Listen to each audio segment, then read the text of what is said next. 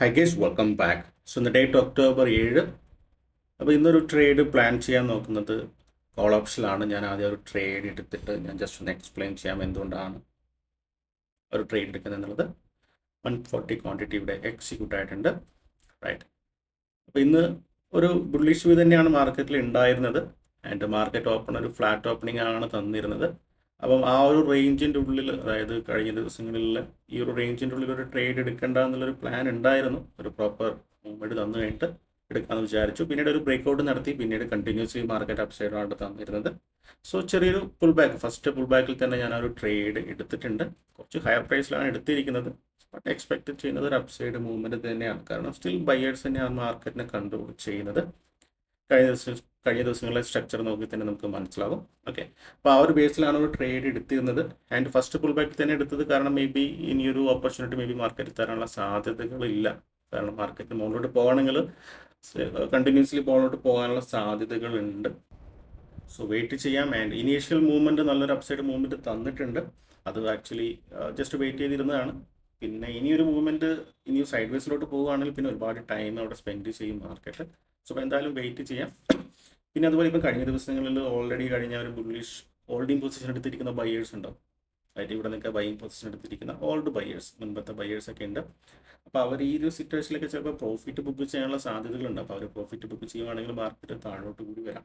അപ്പോൾ അത് എൻ്റെ മൈൻഡിലുണ്ട്. അപ്പോൾ ഈ ലെവലിലെ താഴോട്ടൊക്കെ മാർക്കറ്റ് വരുവാണെങ്കിൽ ഞാൻ അവിടെ നിന്ന് ലോസ് ബുക്ക് ചെയ്യും.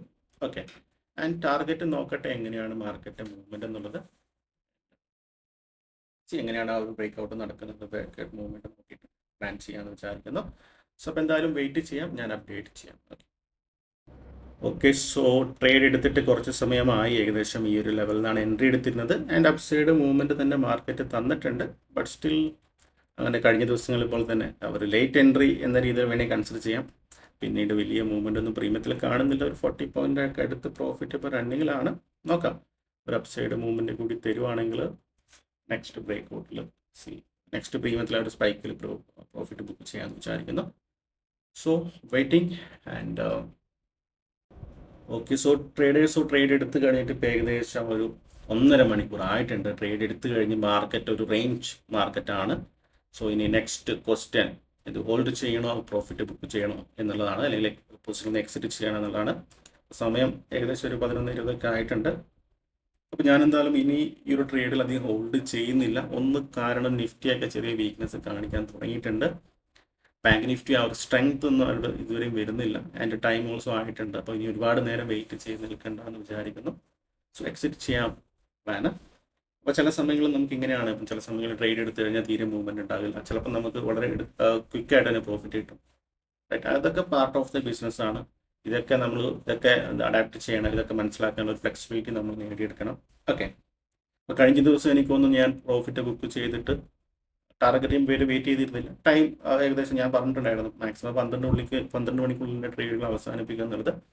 അപ്പോൾ ആ ഒരു സമയത്ത് ഞാൻ എക്സിറ്റ് ചെയ്തു. എക്സാക്ട്ലി ഒരു 12 മണി കഴിഞ്ഞിട്ട് നല്ലൊരു മൂവ്മെൻറ്റ് എൻ്റെ ഒരു ടാർഗറ്റ് അവിടെ കിട്ടിയിട്ടുണ്ടായിരുന്നു കഴിഞ്ഞ ദിവസം. സോ അതുപോലെ ഇന്നത്തെ മാർക്കറ്റ് എനിക്ക് അത്രയും ഒരു കോൺഫിഡൻറ്റ് കിട്ടുന്നില്ല. കാരണം വളരെ സ്ട്രക്ചർ വൈസ് നോക്കുകയാണെങ്കിൽ ആ ഒരു വീക്ക്നെസ് തന്നെയാണ് കാണുന്നത്. ആൻഡ് പ്രീമിയം ഒന്നും തീരെ മൂവ്മെൻ്റ് ഇല്ല. സോ ഇന്ത്യ വിക്സ് നോക്കുകയാണെങ്കിൽ 10 അടുത്താണുള്ളത്. സോ അതൊരു ലോ വോളറ്റിലിറ്റി മാർക്കറ്റാണ്, റൈറ്റ്. അപ്പോൾ ഞാൻ എൻ്റെ ട്രേഡിൽ നിന്ന് എക്സിറ്റ് ചെയ്തിട്ടുണ്ട്. ചെറിയൊരു ചെറിയൊരു ലോസ്. ഓക്കെ, അപ്പോൾ ഇതുപോലുള്ള സിറ്റുവേഷനിൽ ലൈക്ക് ഇപ്പോൾ ഞാൻ എപ്പോഴും ഈ കൈൻഡ് ഓഫ് മാർക്കറ്റ് ഞാൻ എക്സ്പെക്ട് ചെയ്യുന്ന ഒരു ക്യാപിറ്റൽ സർവൈവിംഗ് ആണ്. പ്രോഫിറ്റ് എടുക്കുന്നതിനെക്കാട്ടി ഉപരി ഞാൻ എൻ്റെ ക്യാപിറ്റൽ സർവൈവ് ചെയ്യാൻ വേണ്ടിയിട്ടാണ് ഞാൻ നോക്കുന്നത് തന്നെ. കാരണം ആ ഒരു ലോ വോളറ്റിലിറ്റി മാർക്കറ്റാണ്. ഓക്കെ, അപ്പോൾ എന്തായാലും ഇനി വേറൊരു ട്രേഡ് എടുക്കുന്നില്ല. സോ പുതിയൊരു വീഡിയോ ആയിട്ട് നമുക്ക് കാണാം. So by.